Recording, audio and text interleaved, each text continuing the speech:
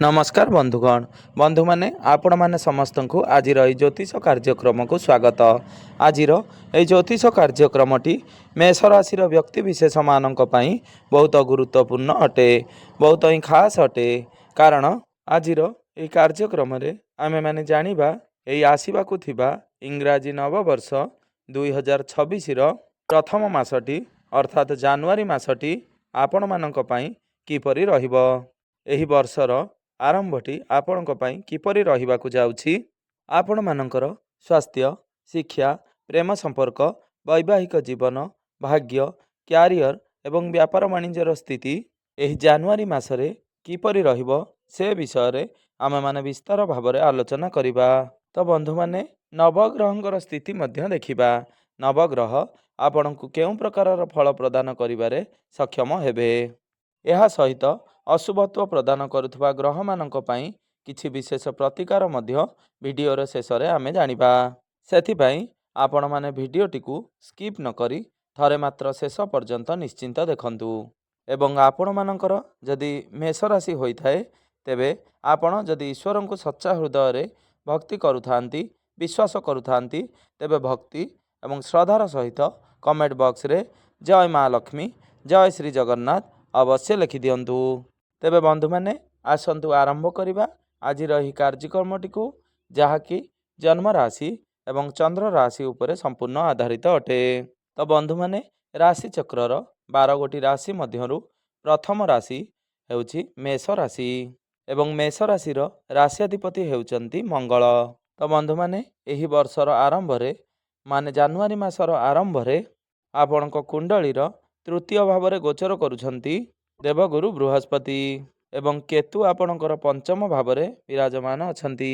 बुध, शुक्र, सूर्य एवं मंगल आपणकर नवम भाव रे विराजमान अछंती एवं राहु आपणकर एकादश भाव रे गोचर करुछंती एवं शनि आपणकर द्वादश भाव रे गोचर करुछंती। तो बंधु माने सर्वप्रथमे आसंतु जानि नेबा आपणकर स्वास्थ्य किपरि रहिबो एही नूतन वर्ष इंग्राजी नववर्ष 2026 जनवरी मासरे। तो बंधु माने कुंडलीर प्रथम भावटी हेउछि आपणकर स्वास्थ्यर भाव, आपणकर इम्यूनिटी सिस्टम भाव। आपणकर प्रथम भावर अधिपति हेउचंती मंगल देव। तो मंगल आपणकर भाग्य भावरे अर्थात नवम भावरे गोचर करुछंती एवं 16 जनवरी को मंगल आपणकर दशम भाव तथा आपणकर कर्म क्षेत्र को चली आसिबे। आपणक राशि रे वर्तमान शनि 7.5 चालू अछि एवं एही 2026 वर्ष सारा आपणकर राशि रे शनि 7.5 चलिबो। तो शनिकर दृष्टि आपणक कुंडलीर द्वितीय भाव उपरे रहुछि। तेबे बंधु माने आपणकर तो इम्यूनिटी सिस्टम स्ट्रंग रहिबो, मात्र एपरि किछि जिनिस रहिछि जहा प्रति आपणकर सतर्कता अवलंबन करिवार अछि। कारण शनि आपणकर द्वितीय भाव को देखुचंती। द्वितीय भावटी होइथाए आमर कंठर भाव, गलार भाव, आमर कथा कहिवार भाव तथा एही समय रे आपणकर इन्फेक्शन, एलर्जी, ठंडा, ज्वर एभली समस्या किछि देखा देई पारे। एबे जेहेतु आमर पाणीपागरे परिवर्तन हेउछि आपणकर थ्रोट इन्फेक्शन, गला संबंधित किछि समस्या देखा देई पारे किंबा आपणकर दांत जनित समस्या किछि देखा देई पारे। कारण शनिकर दृष्टि आपणकर द्वितीय भाव उपरे रहुछि। तेबे जेहेतु आपणकर राशिर अधिपति 16 जनवरी को उच्चस्थ हेबा पई जाउछंती, तो 16 जनवरी परे आपणकर सेमिति किछि स्वास्थ्य जनित समस्या देखा जाउ नाही, किंतु 16 जनवरी पूर्वरु आपणकु ए सबुथिरे टिके सतर्कता रहिबार अवलंबन करिवार अछि। 16 जनवरी को मंगल आपणकर प्रथम भाव को दृष्टि देबे, तांकर स्वगृह को देखिबे, जहा फलरे आपणकर जहा भी किछि स्वास्थ्य जनित समस्या थिबो से सबु आपे आपे दूर होई जिवो। आपण आपणकर स्वास्थ्य रे रिकवरी देखिबा पई पाइबे। तो बंधु माने एबे आसंतु जानि नेबा विद्यार्थी मानक पई किपरि रहिबो एही जनवरी 2026 अर्थात एही वर्षर नूतन वर्षर आरंभटी विद्यार्थी मानक पई किपरि रहिबो से विषय रे आलोचना करिबा। तो बंधु माने कुंडलीर पंचम भावटी होइथाए ଆପଣଙ୍କର ଶିକ୍ଷାର ଭାବ। ଆପଣଙ୍କର ପଞ୍ଚମ ଭାବର ଅଧିପତି ହେଉଛନ୍ତି ସୂର୍ଯ୍ୟ, ଯିଏକି ଆପଣଙ୍କର ଭାଗ୍ୟ ଭାବରେ ବିରାଜମାନ ଅଛନ୍ତି। ଆପଣଙ୍କର ପଞ୍ଚମ ଭାବରେ କେତୁ ଗୋଚର କରୁଛନ୍ତି। ତ ଯେବେଠାରୁ କେତୁ ଆପଣଙ୍କର ପଞ୍ଚମ ଭାବରେ ଗୋଚର କରୁଛନ୍ତି, ସେବେଠାରୁ ଆପଣ ଲକ୍ଷ୍ୟ କରୁଥିବେ ଯେ ଆପଣଙ୍କ ମଧ୍ୟରେ କନଫ୍ୟୁଜନ୍ ବାରମ୍ବାର କ୍ରିଏଟ୍ ହେଉଛି। ଆପଣ ଯେଉଁ ବିଷୟରେ ଅଧ୍ୟୟନ କରୁଛନ୍ତି ବା ଯାହା କରିବା ପାଇଁ ଆପଣ ଚିନ୍ତା କରୁଛନ୍ତି, ତାକୁ ନେଇକି ଆପଣ ସର୍ବଦା ଦ୍ୱନ୍ଦ୍ୱ ମନରେ ଜାତ ହେଉଛି। ଆପଣ ବାରମ୍ବାର କନଫ୍ୟୁଜ୍ ହୋଇଯାଉଛନ୍ତି।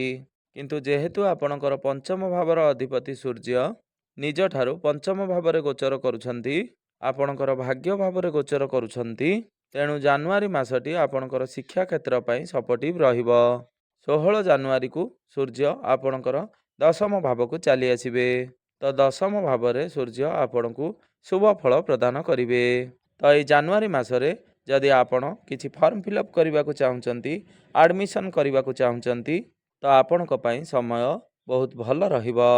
ଏହା ବ୍ୟତୀତ ଯଦି ଆପଣଙ୍କର ଏହି ଜାନୁଆରୀ ମାସରେ କୌଣସି ଏକ୍ଜାମ୍ ଅଛି, କମ୍ପିଟେଟିଭ୍ ଏକ୍ଜାମ୍ ରହିଛି, ପ୍ରତିଯୋଗିତାମୂଳକ ପରୀକ୍ଷା ରହିଛି ବା ଗଭର୍ଣ୍ଣମେଣ୍ଟ ରିଲେଟେଡ୍ କୌଣସି ବି ଏକ୍ଜାମ୍ ରହିଛି, ତେବେ ଆପଣଙ୍କ ପାଇଁ ତାହା ବହୁତ ଭଲ ରହିବ।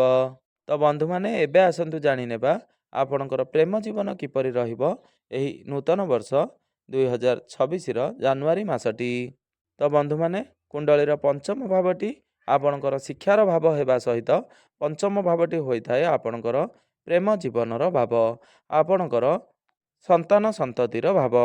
ତ ଆପଣଙ୍କର ପଞ୍ଚମ ଭାବର ଅଧିପତି ସୂର୍ଯ୍ୟ ଆପଣଙ୍କ କୁଣ୍ଡଳୀର ନବମ ଭାବରେ ବିରାଜମାନ ଅଛନ୍ତି। ତ ଯେହେତୁ ଆପଣଙ୍କର ପଞ୍ଚମ ଭାବରେ କେତୁ ବିରାଜମାନ ଅଛନ୍ତି, ତେଣୁ ଆପଣଙ୍କର ପ୍ରେମ ଜୀବନରେ ଆପଣଙ୍କୁ ଅସନ୍ତୁଷ୍ଟି ଦେଖାଦେବ କିମ୍ବା ଆପଣ ଆପଣଙ୍କର ପାର୍ଟନରଙ୍କ ମଧ୍ୟରେ ଏପରି କିଛି ନେଚର ଦେଖିବାକୁ ପାଇବେ ଯାହା ଆପଣଙ୍କୁ ଡିସାଟିସ୍ଫାଏଡ୍ କରାଇବ। ଆପଣ ତାଙ୍କଠାରୁ ଯେତେ ଆଶା କଲେ ମଧ୍ୟ ତାଙ୍କଠାରୁ ଆପଣ ସାଟିସ୍ଫାଏଡ୍ ପାଇବେ ନାହିଁ। କେତୁ ପଞ୍ଚମ ଭାବରେ ଗୋଚର କରିବା ଦ୍ୱାରା ଆପଣଙ୍କ ମଧ୍ୟରେ ମିସ୍ଅଣ୍ଡରଷ୍ଟାଣ୍ଡିଂ କ୍ରିଏଟ୍ କରାଇବେ। ତ କେବଳ ଜାନୁଆରୀ ମାସ ନୁହେଁ, ଆଗାମୀ 5-6 ମାସ ପର୍ଯ୍ୟନ୍ତ ଆପଣଙ୍କୁ ଏଥିପ୍ରତି ସତର୍କ ରହିବାକୁ ହେବ। କିନ୍ତୁ ମଇ ଜୁନ୍ ପରେ ଆପଣଙ୍କର ପ୍ରେମ ଜୀବନରେ ଏକ ବହୁତ ଭଲ ପରିବର୍ତ୍ତନ ଦେଖିବାକୁ ପାଇବେ।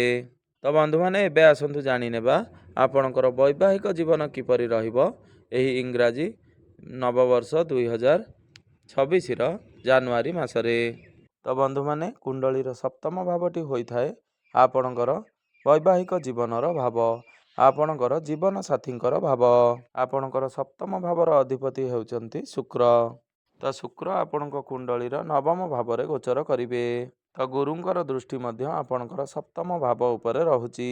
ତ ବନ୍ଧୁମାନେ, ଏହି ଜାନୁଆରୀ ମାସଟି ଆପଣଙ୍କର ବୈବାହିକ ଜୀବନ ପାଇଁ ବହୁତ ଭଲ ରହିବ।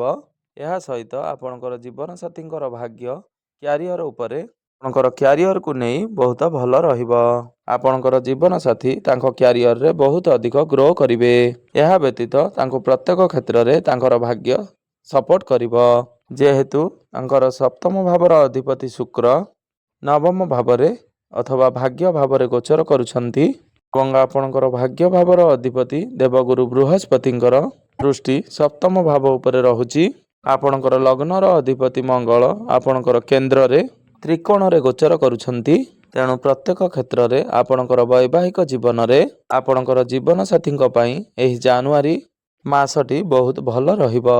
ଏବେ ଆସନ୍ତୁ ଜାଣିନେବା ସବୁଠାରୁ ଗୁରୁତ୍ୱପୂର୍ଣ୍ଣ ବିଷୟବସ୍ତୁ ଆପଣଙ୍କର ଭାଗ୍ୟ, କ୍ୟାରିୟର ଏବଂ ବ୍ୟାପାର ବାଣିଜ୍ୟର ସ୍ଥିତି କିପରି ରହିଛି ଏହି ନୂତନ ବର୍ଷ ଜାନୁଆରୀ 2026ରେ।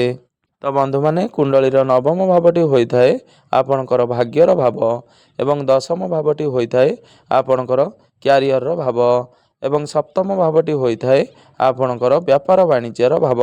ଆପଣଙ୍କର ନବମ ଭାବ ତଥା ଭାଗ୍ୟ ଭାବର ଅଧିପତି ହେଉଛନ୍ତି ଦେବଗୁରୁ ବୃହସ୍ପତି। ଗୁରୁ ଆପଣଙ୍କର ତୃତୀୟ ଭାବରେ ଗୋଚର କରୁଛନ୍ତି ଏବଂ ଗୁରୁଙ୍କର ଦୃଷ୍ଟି ଆପଣଙ୍କର ଭାଗ୍ୟ ଭାବ ଉପରେ ରହୁଛି। ଗୁରୁଙ୍କର ସପ୍ତମ ଦୃଷ୍ଟି ଆପଣଙ୍କର ଭାଗ୍ୟ ଭାବ ଉପରେ ରହୁଛି ଏବଂ ଆପଣଙ୍କର ଭାଗ୍ୟ ଭାବରେ ଆପଣଙ୍କର ଲଗ୍ନର ଅଧିପତି ମଙ୍ଗଳ ଗୋଚର କରୁଛନ୍ତି।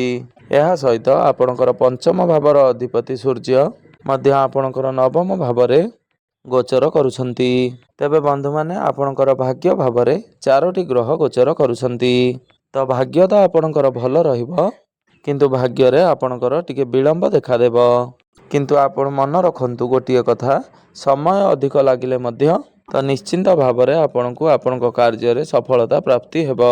ତେଣୁ ଆପଣ ଡରି ଯାଇ ପଛଘୁଞ୍ଚା ଦେବା ଉଚିତ ନୁହେଁ। ଆପଣ ଯେଉଁ କାର୍ଯ୍ୟ ଆରମ୍ଭ କରିଛନ୍ତି ଏବଂ ଯେଉଁଥିରେ ଆଗକୁ ବଢ଼ିବା ପାଇଁ ଚାହୁଁଛନ୍ତି, ଆପଣ ସେହି କାର୍ଯ୍ୟରେ ଆଗକୁ ବଢ଼ନ୍ତୁ। ଆପଣ ସେହି କାର୍ଯ୍ୟକୁ ଜାରି ରଖନ୍ତୁ। ନିଶ୍ଚିନ୍ତ ଭାବରେ ଆପଣଙ୍କୁ ସଫଳତା ପ୍ରାପ୍ତି ହେବ। ତ ଆପଣ ଏହି ସମୟରେ ଯଦି କିଛି ଶୁଭ ମାଙ୍ଗଳିକ କାର୍ଯ୍ୟର ଆୟୋଜନ କରିବାକୁ ଚାହୁଁଛନ୍ତି, ତାହା ଆପଣ ନିର୍ଦ୍ୱନ୍ଦ୍ୱରେ କରିପାରିବେ।